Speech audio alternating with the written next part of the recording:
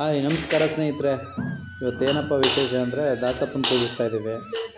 ನಿಮ್ಮ ಕಡೆ ಹೇಗೆ ಮಾಡ್ತಾರೆ ಏನೋ ಗೊತ್ತಿಲ್ಲ, ನಮ್ಮ ಕಡೆ ಈ ಥರ ಕರೆಸ್ಬಿಟ್ಟು ಮಾಡ್ತೀವಿ. ಬಟ್ ನಾವು ಬಂದು ನಂಜುಂಡೇಶ್ವರನ ಒಕ್ಕಲವರು, ಅಂದರೆ ಅಡ್ನಾಮದವರು.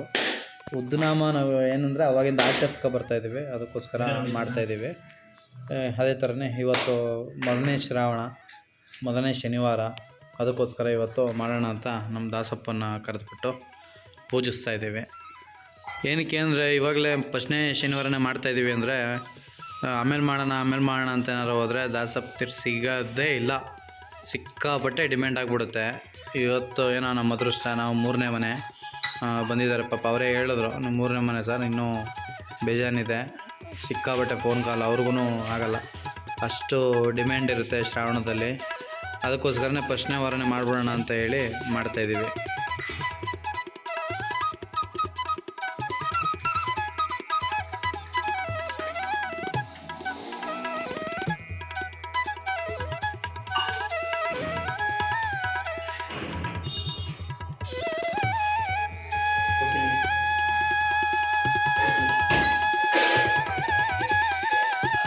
ಬನ್ನಿ ಸ್ನೇಹಿತರೆ, ನಾಮ ಬಳಸ್ಕೊಳ್ಳೋಣ. ಶ್ರೀಮಂತ ರಮಣಪಾದ ಗೋವಿಂದ ಗೋವಿಂದ. ಕೂಚ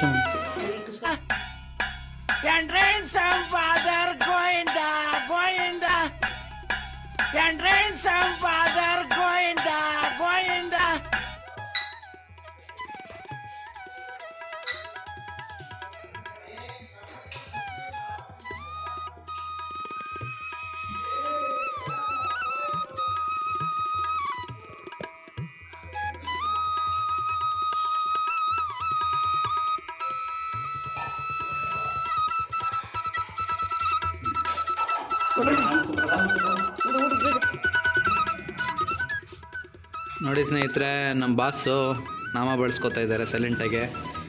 ಹೋದ ವರ್ಷ ಎಲ್ಲ ನಾಮ ಬಳಸ್ಕೊಳ್ಳೋಕ್ಕೆ ಡ್ಯಾನ್ಸ್ ಆಡ್ತಿದ್ದ. ಇವಾಗ ಸ್ವಲ್ಪ ಬುದ್ಧಿ ಬರ್ತಾ ಇದೆಯಲ್ಲ, ಬಳಸ್ಕೊಂಡ.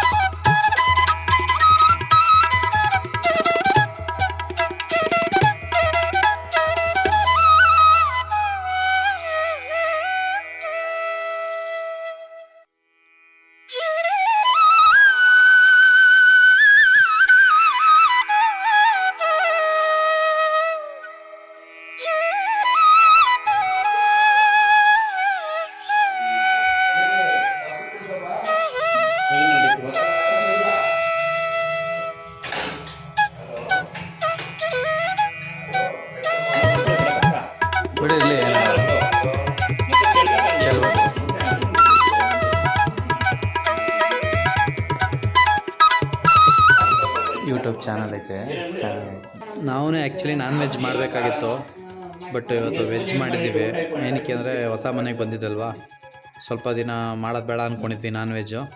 ಅದಕ್ಕೋಸ್ಕರ ಮುಂದಿನ ವರ್ಷದಿಂದ ವೆಜ್ಜೇ ಇರ್ತೀವಿ. ಇವಾಗ ಮಾತ್ರ ಮುಂದಿನ ವರ್ಷದಿಂದ ನಾನ್ ವೆಜ್ ಇರ್ತೀವಿ, ಇವಾಗ ಮಾತ್ರ ವೆಜ್ ಇಟ್ಟಿದ್ದೀವಿ ಅಷ್ಟೇ. ಆಲ್ಮೋಸ್ಟ್ ಎಲ್ಲರೂ ನಮ್ಮ ಕಡೆ ನಾನ್ ವೆಜ್ಜೇ ಇಡೋದು ತಿಮ್ಮಪ್ಪನಿಗೆ. ಈ ಸಲ ಏನು ಮಾಡೋಕ್ಕಾಗಲ್ಲ.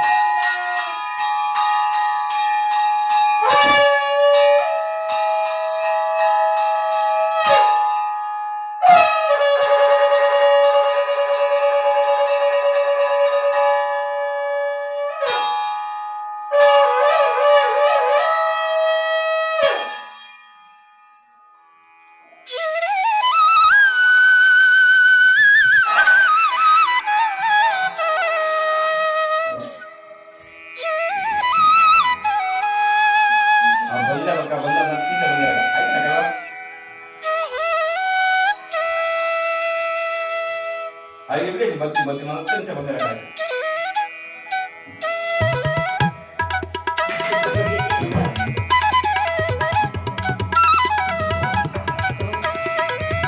ಬನ್ನಿ ನಾವು ಪೂಜೆ ಮಾಡಿಬಿಡೋಣ.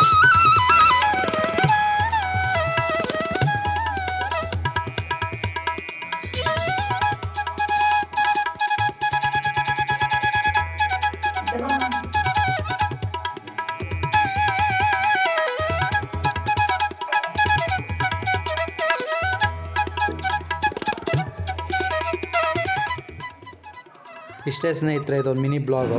ಹೇಗಿತ್ತು ಅಂತ ಕಮೆಂಟ್ ಮಾಡಿ. ಎಲ್ರಿಗೂ ಒಳ್ಳೆಯದಾಗಲಿ. ತಿಮ್ಮಪ್ಪ ಎಲ್ರಿಗೂ ಆಯುಷ್ ಆರೋಗ್ಯ ಕೊಡಲಿ ಅಂತ ಕೇಳ್ಕೊತ ಎಲ್ರಿಗೂ ಬಾಯ್.